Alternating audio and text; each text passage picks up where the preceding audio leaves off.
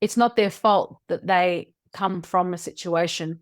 And it's not just non-Indigenous kids. There are Indigenous kids that come from those circumstances as well. Like the stereotype is such that it suggests otherwise, but that is not healthy for society and for our children. And I'm actually sick to death of our children having to carry so much that adults cannot do for themselves and fight adult fights in ideologies instead of just being able to be kids and to worry about what kids should be worried about, which is, what am I going to have for lunch tomorrow at the tuck shop at the canteen at school? Like that should be the worry that kids have, not like, oh my God, the climate's going to kill us. I'm not going to have a future. Or, geez, I should say sorry to every Aboriginal person I come across because they're probably questioning as to really why is that the case. It's completely unhealthy, and we encourage this nonsense. Hello and welcome back to On the Couch with Clare, where today I am pleased to be able to bring you a very special conversation. I sat down to talk with Senator Jacinta Nampijinpa Price, who joined me during a parliamentary break from her home in Alice Springs. With a passion for public service, she has made significant contributions to policy discussions on Indigenous affairs and community development, and she's known for her unwavering stance that we are all Australians and part of a nation that we can have pride in. And national pride is a topic that I myself have written about, and I've expressed my concern that the guilt and shame that our young people often feel now about modern Australia can be an added factor in their deteriorating mental health. I wanted to ask Senator Nampijinpa Price her views on this and what her vision for a united Australia looks like. I hope, like me, that you find this chat refreshing and honest, and that it gives you some permission to encourage feelings of pride in this country, in yourselves and in your children. Senator Nampijinpa Price, thank you so much for your time. It's lovely to connect with you on here. Yeah, thank you for having me.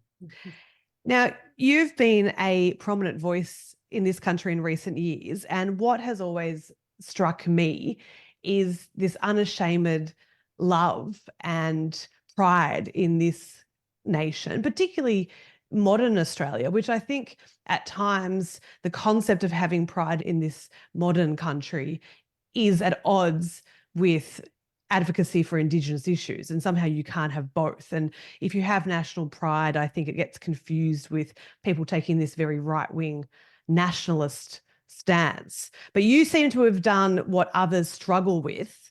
And so I'm wondering if you can tell me a little bit about your background and what has influenced you in your ability to hold that great pride in modern Australia, as well as be a voice for Indigenous people. Yeah, well, I guess growing up in a place like Alice Springs has a lot to do with my position on why we should be proud to call ourselves Australian. In a community like Alice Springs, it was pretty normal to have an Aboriginal mother and a white Australian father, or one on each side in terms of your parents. And Alice was a place that the world came through. And I guess I was brought up with a pretty free childhood that was, we were out bush a lot. I spent a lot of my childhood in a swag, but understanding, I was always taught to, I guess, view myself as a citizen of the world. I belonged here just like everybody else, and we're all unique in our own way, and we're all influenced by our culture, whatever that culture is, but that, we belong to this great melting pot of a country where the wonderful thing to do is to celebrate those elements of us that bring us together, that we recognize in one another, while also respecting and celebrating those differences as well. And I think largely the only thing that sets us apart is what goes on upstairs in our minds. But ultimately, we're all of the same species. We're all human. It's bizarre when you think about it like that, isn't it? I mean, if you really take a big step back, it's bizarre, and no other species would do that. Like, we're the only ones who do that.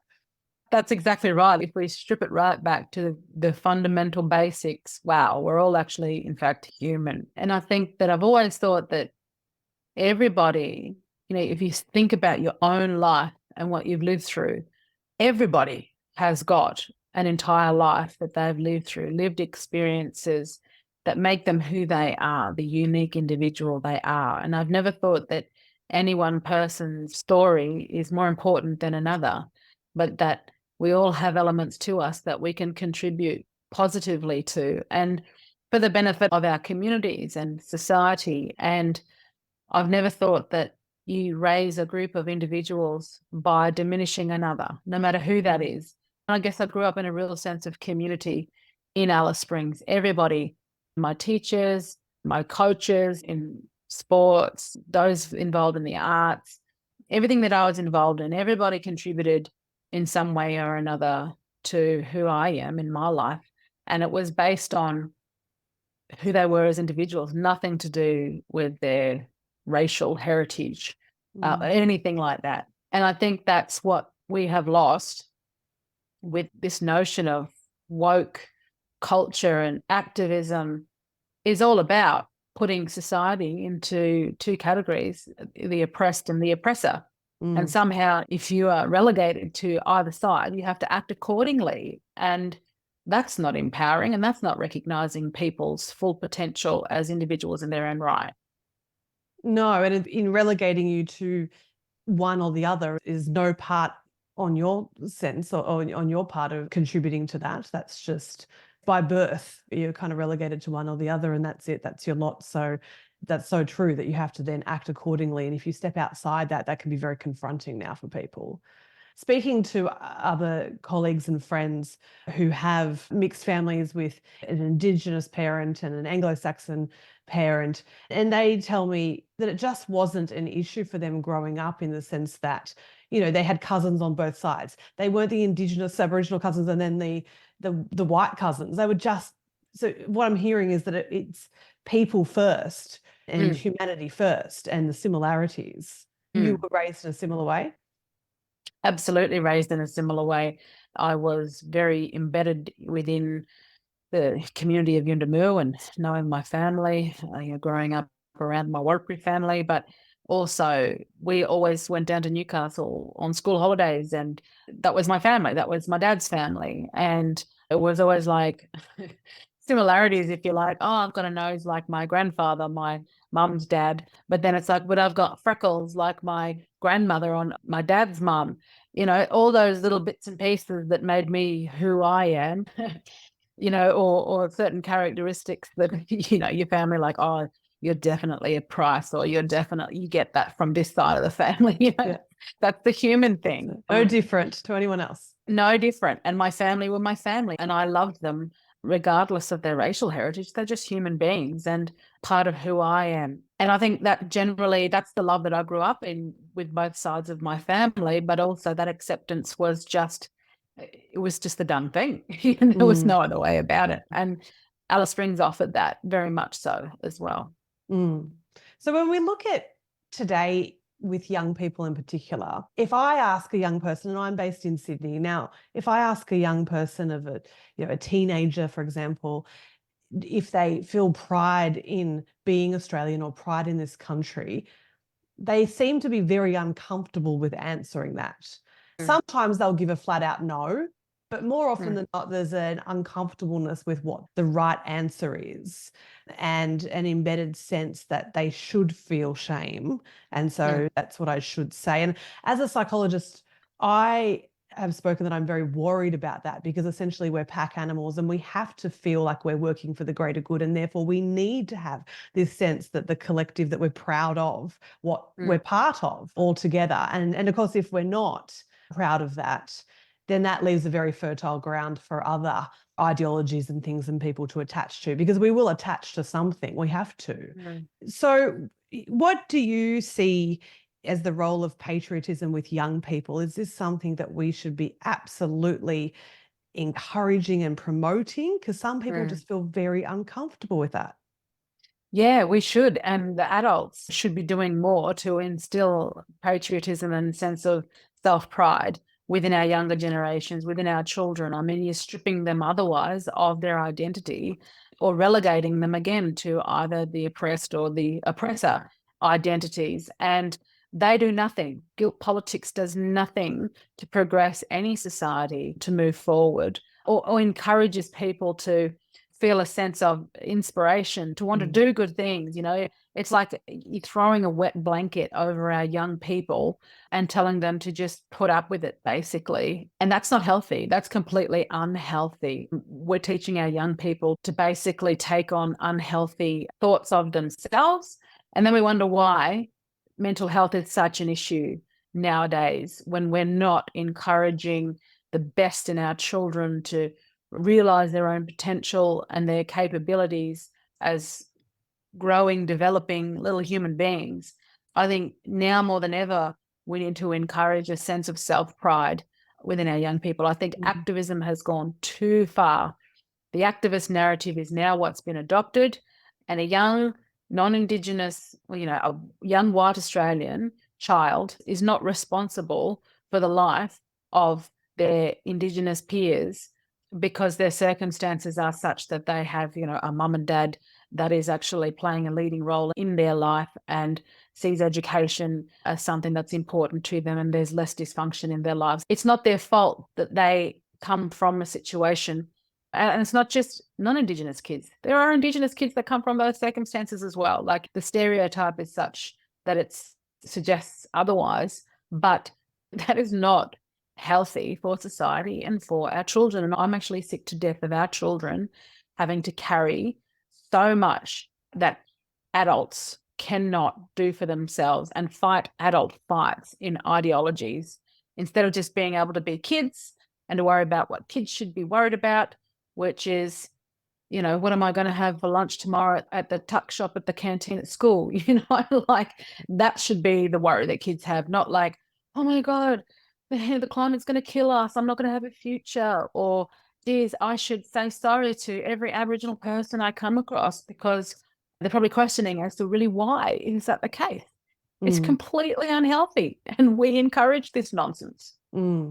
Yeah, and I've spoken a lot about that separation between the adult world and the child world that I think we did much better in previous generations. And now there seems to be this, not just a blurring of it, but actually an active sense of recruiting children into that adult world for adult issues. And this notion that we're kind of raising these socially conscious citizens is just, nonsense, because like you said, it doesn't actually inspire them. It just paralyzes them into this sense of despair and hopelessness.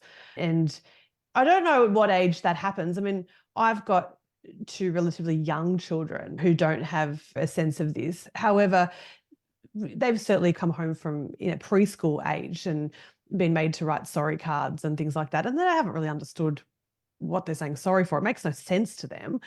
But it's at some age through then primary school years, it starts. I mean, my children now would say they're very proud to be Australian, and hopefully that continues. But at some age it starts. So where does it come from? Is it the media? Is it the education system? Is it parents? Is it all of that? Yeah, I think social media has got a lot to answer for in normalizing these sorts of behaviors, and the response. If you say something that's socially unacceptable online now, then it's like, grab your pitchforks is so much is a global phenomenon. But I also think that our education systems have been overrun by Marxist ideologues, and their whole purpose is to control society through the breakdown of the family unit. And so children are a target of pushing ideology. When you got preschoolers chanting from the river to the sea, Palestine will be free. I mean, come on. Like, it is irresponsible of adults in these children's lives to allow that to occur, I believe. So I think, Well, I think it's abuse. I mean, I think it's child abuse. Yeah. I think the detrimental effects on the child psychologically, psychiatrically amounts to abuse. Yeah, exactly. Like, are you not woman enough or man enough to stand on your own 2 feet as an adult to fight your own fights without chucking a kid in front of you? That is absolutely abuse on our children, and it's everywhere, and it's so bloody concerning. And when it comes to issues like trying to tackle sexual abuse of Indigenous children, well, we're not even allowed to talk about that. It's the most marginalized that suffer the most. Like kids in general are suffering, but then the most marginalized suffer the most because there's shutdown at each level. It's like a silencing. It's almost like a cult. Well, it's kind of it's untouchable, and it's like why Mm, a cowardly activist would put forward a child in front of them, because you can't criticize the child.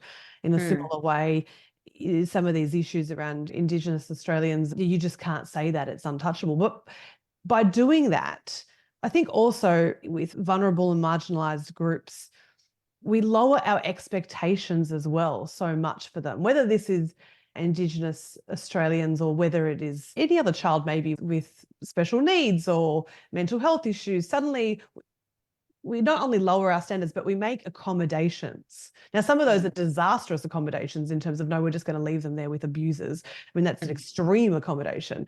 But even less than that, there's constant kind of accommodations. And I don't think that serves the marginalized or vulnerable person. It actually just says we're going to turn a blind eye to that. And in some weird way, is that racist in itself? It's yes. bizarre. Yeah, look, I call it the racism of low expectations, right? When you Okay. tell an Aboriginal kid that you are a victim, you have no agency, somebody else is responsible for your life, you remove that kid's agency. You tell them that they have no responsibility over their life or they're never going to amount to anything because of the color of their skin. That is, that's racism as far as I'm concerned. Yeah, 100%. That's when you foster resentment. Bizarre pretzel kind of 180 state that we've gotten into, where that's actually the reality of what's happening. So how now do we move forward with children, if we take the education example, and where's the line between should they be exposed and taught about history and Indigenous Australian history, and we've just had NAIDOC week here, and then where's the line between how do we step over that into then inducing guilt and shame, and how do we get that balance right? Well, we just teach the truth basically in its entirety, the good, the bad, the ugly, but we don't teach it in a way to create resentments. We don't teach it in a way to berate another group of Australians. We teach it to create understanding so that we don't repeat, what's occurred in the past, the detrimental things that have occurred in the past. We do it to develop understanding and knowledge, but we also teach it in the context of, well, this is a human experience. Sometimes I feel like there's some Aboriginal people out there who think that the only people on the face of the earth that have ever experienced dispossession of land, my ancestors were dispossessed of their land and brought here in chains as convicts as well. Like, it's a human experience that's occurred the world over. That's been hugely controversial, you just saying that statement, which is bizarre to me. But that's, and I've said a similar thing, that my children are Indigenous to this land. They were born here. That itself seems to have had some backlash. And I'm immensely grateful and proud of the fact that they can tap into and access the oldest civilization on earth here, and everything that has to offer. And I'm immensely proud that they are from this long lineage of Anglo-European background themselves, that were ripped from families and went through a massive hardship and resiliency. And that if they can tap into both, I think it's wonderful. Well, that's exactly right. I mean, that's what we hope to achieve, right? On one hand, we're saying we need to know about Aboriginal culture. Yes, we do. And all facets of it, not the reinvented stuff, but the actual traditional stuff, the stuff that tells us that, on what you were saying about your kids, I was brought up to understand that any kid that was conceived in Australia, the baby spirit has leapt from the ground into mum's belly and forms part of who they are. They get their spiritual lessons from the creator ancestors from this country. And it doesn't matter what the racial heritage of that child is, they belong to this country as well. And that is what traditional culture is about, is acceptance. It's not being exclusive to others, but being inclusive. And unfortunately, the activist class has created a different concept of what they think traditional culture is about. But that is how I was brought up. That is my understanding. And that to me is what actual reconciliation looks like. And you don't need to funnel millions of dollars into it to create understanding about one another and have acceptance of one another. I think, especially in the Indigenous space, it's just all these things are a vehicle to gain more funding from the taxpayer. Opportunism has now runs rife, and we've got to get away from that and start looking at practical ways forward. Yeah, that's really interesting. Just pointing that out that, well, in your words, that there's a lot of made up stuff about Indigenous culture and tradition. And then for the rest of us, it's hard to know, well, what is, how do we tap into what is actually real? I love that story about the spirit coming into a newborn. That's beautiful. And I think, yeah, the millions, billions of dollars that are poured into almost this forced notion of reconciliation, I think many of those policies drive us the other way. Some of them to the extreme, as we know, of almost a separatist apartheid type policies, the voice to parliament, of course, being one of them. I'm wondering what you think about the fact that I feel very uncomfortable when I look at major national landmarks like the Harbour Bridge. And I feel quite uncomfortable that there are two flags. Now, people interpret that I don't want the Aboriginal flag there. It's not about that. I'd rather get rid of one of them. I don't care which one, or come up with a new one. Or it's the very notion that when I look at something that symbolises our country, to me it says, that's yours and this is ours. It's the very symbolism of there are two different nations here. What do you think about that? I totally agree with that. And it's become like the cool thing to do is like the don the Aboriginal flag everywhere. And for those who are not Indigenous, who are like, oh, look at me, I'm an ally. You know, it's just like, it's politicizing everything. And I'm a big believer in one flag, right? We are one country, one people. We come under one flag. And for those who want to argue against the Australian flag, well, actually, again, let's learn our history and understanding. Within the Australian flag, the Southern Cross is also representative of Indigenous Australia, because that is also an important part of many different groups' Tjukurpa dreaming stories as well. And that's a representation. And that was actually taught to me by one of my elders from Warlpiri elders who comes from near to Tennant Creek.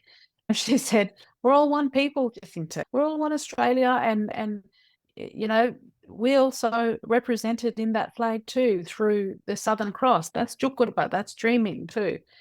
And again, it's always looking for division as opposed to actually what it is that brings us together, which the activist class want. And then, as you were suggesting, when people feel like they've done the wrong thing and they shouldn't feel pride, they latch onto things like reinventions and wanting to be a good ally, you know, to demonstrate that, oh, well, okay, I'm actually not really that bad person. How can I show that I'm not?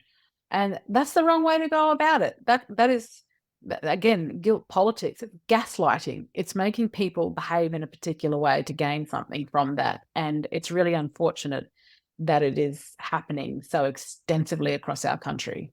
Mm.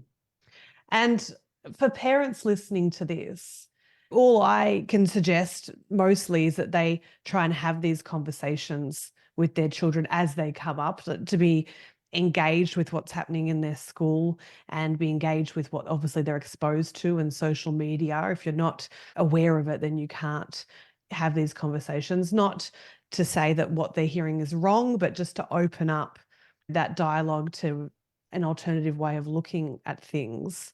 Is there anything else that you can think of that parents can do if they're looking at their children who are feeling immense helplessness, hopelessness, and shame in what is a beautiful, fantastic country? Yeah, I mean, I love to. I wish I could create copious amounts of material to put out there to try and share for parents and kids and that sort of thing. But I think we've just got to go back to the basics again of what it means to be human and encourage your kids in terms of their ability to contribute, to work hard, to better themselves, and just be kind. Just be kind to themselves and be kind to others, and realize that they all belong, like that you belong where you are. And when our country goes off to the Olympics, we're all standing together. That's who we are. We're Aussies. We're proud, and we should be proud. And you know, I'd suggest to parents too whose children are being, I guess, bullied at school by their own teachers who are forcing them to do things, that I think they have a right as parents to confront their schools, to call up their principal and say, listen, I don't believe this is beneficial for my child or any child, and therefore you have a responsibility as an educator to do something about this. And I would also encourage parents that if their schools aren't listening to them, write to me and I'll write to their school. Or, like I think kids have to be proud of who they are, and it doesn't matter what their backgrounds are. Everyone's got within their family tree historically, there's someone who's overcome adversity if it's not been your own family directly. And it's celebrating overcoming those challenges that helps our kids understand their own capabilities, I believe. And that's what we need to do and encourage. Such a positive message, which is refreshing, unfortunately, that it has to be refreshing to hear something like that. Because even listening to it, I think, oh my goodness, like that's so much more mobilizing, I think, people hearing that, to mobilize them to work together without a denial that there are problems, but instead to look forward to practical solutions and work together towards those. So I take it that that's your vision for a united Australia, where humanity is put first and we are all one and we're working together. Do you think we'll get there? Well, as long as there's breath in my lungs, I will always fight for it. And it does take one step at a time. And I think, generally the Australian spirit has always been about battling against the odds and overcoming our greatest challenges and doing it together. And I think during the referendum, we saw that. We saw where Aussies knew, okay, no, this doesn't seem right. This voice thing doesn't seem right for all of us as a country. And I think for so long they'd been suppressed and told we're racist and with this and with that. And coming together and realizing that actually you're not alone, and there's a lot of Australians out there. We all think that we want to move forward together and have each other's back on that. I think the result demonstrated that, which gives me hope that we can continue down that path, because I certainly know that we need the support of our fellow Australians to help our disadvantaged overcome their circumstances. And the best way to do that is to do that together without belittling anyone and putting another down for the purpose of trying to lift another group. We lift everyone together. I think we'll get there. Senator Nampijinpa Price, thank you so much for your time. Thank you for having me, Claire. Thank you so much for giving up your valuable time and joining me today on the couch. If today's conversation spoke to you, consider sharing the love and send it to someone you know who needs to hear it. Don't forget you can watch this full episode on my YouTube channel. And if you've enjoyed today's conversation, all I ask is that you hit that subscribe button. It helps us to be able to deliver bigger and better content to you absolutely free of charge. If you've got comments or questions about today's episode, head on over and come hang out on Instagram, where you can follow and contact me. Okay, stay curious, stay connected, and join me next time on the couch. Take care. Okay, for those who've made it this far, just remember, even though I am actually a registered and qualified psychologist, this podcast is for educational and entertainment purposes only and should not be considered professional individual advice.